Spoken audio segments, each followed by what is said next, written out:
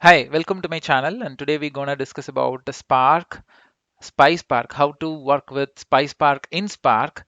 I'm gonna pick the traditional example of word count. So word count has been like a hello world program, similar what we do in programming languages, right? In the same way in big data, any programming framework people go, they used to go with this word count. It's like an icebreaker. So I'm gonna do the same way. I'm gonna pick this word count and start like kickstarting, and I'm gonna come with some advanced examples as well. So Spark supports four major languages, which is Scala, Python, Java, and R. So today we're going to discuss about PySpark. So I have already uploaded a video for Scala, Spark, also like how to start with the program and how to deploy that and all those stuff. And the same thing I'm going to do with PySpark also. So in this video, I'm going to do this with Shell. So after you install Spark, change your directory to Spark and just give bin/PySpark. So this will enter into your PySpark shell. And Python version I'm using 2.7, so I'm the Spark version is 2.4. I can work with Python 3 also. My current Spark version support both the version of Python. Okay, I will give you the walkthrough. Before giving walkthrough, let me show my input file. So here it is. So hi hello, welcome welcome. So I have the words which has appeared two times. Each word appeared two times. So let me go back to the code. So in this code, if you see, I have a variable words equal to sc. So sc is something called Spark context. So Spark context act as an entry point for the program to start reading your code and compile and run. So similar to the main method, what we call in programming languages and normal programming languages, right? The same way. So here, since Spark shell will create the Spark context when we trigger the command PySpark. So we don't want to worry about creating an sc. If you see here, so when I start the shell, so it automatically creates the SC for you. But if you are writing this code as a .py file and you want to submit this via Spark submit, then you have to add one more line of code to create the Spark context object. Okay, so that piece of line is missing from this particular exercise because my shell has taken care of it. So let me start with sc only. So sc.text file is a function to read, is a transformation to read the file, whatever I have given here. So I'm using file as a prefix. So that means it will read from local. If I remove it, it will read from HDFS. So I have already configured my Spark with HDFS. I integrated it. And that is the reason I just wanted to differentiate my local file system and HDFS file system. And that's why I'm giving this file option to say my Spark that I'm going to read my data from local. Now imagine you haven't configured your Spark with HDFS. In that case, you don't want to give this file option to read the data from local. So because there is no other file system, right? So you can directly give /home and whatever the path is. So Spark will take from your local. But since I integrated with HDFS, so I have to differentiate it. So here file represent like I want to read my data from local file system, not from HDFS. And I'm invoking the transformation flat map, and then I'm creating a lambda function which is called anonymous function in Python. Then line is a function name. For the lambda function name is line, and what this line has actually your input file. And then I'm saying my input file is delimited with space, so that's why I'm giving the split condition here. Now what this flat map will do, for each and every split condition, it will treat that string as a key.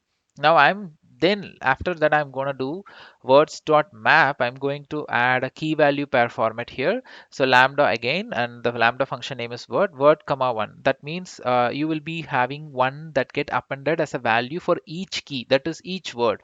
So that means in this line you are the this map, so the output of this line, right? So this the output of this line will be like this: hi one, hello one, hi one, hello one. So each and every word will have a value of one. So here word is key and one is the value, the one is value.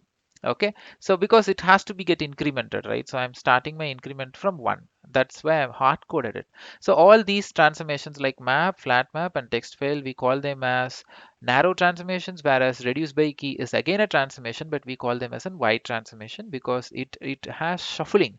So if you want to know what is narrow wide transformation, so I have a video called Spark introduction video.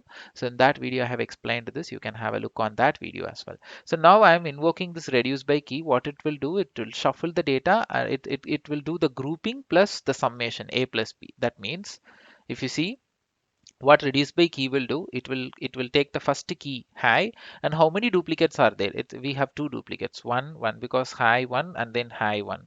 So 1 comma 1, and then reduce by key will do high 2. That means reduce by key a plus b. This 1 is a and this b is, so this a, so it will be like this: a equal to 1 and b equal to 1. So if you see in the reduce by key, it's like a plus b. So that means 1 plus 1, 2. And then again, if I have one more high, then it's 2 plus 1. Then if I have again a one more high, then it's 3 plus 1. So it will be get incremented and iterated in that way. And once the high completed, it will pick up the next key. Okay, so once that is done, I'm doing the collect operation just to print my output in the console. And one more thing, if you want to do the same via a py file, you want to write a dedicated py file and you have to submit that in a cluster mode, not in shell. Cluster mode with Spark submit, yes, it's possible. You can use Spark submit and you can give all the memory properties like executor memory, driver core, number of executors, and all those memory props.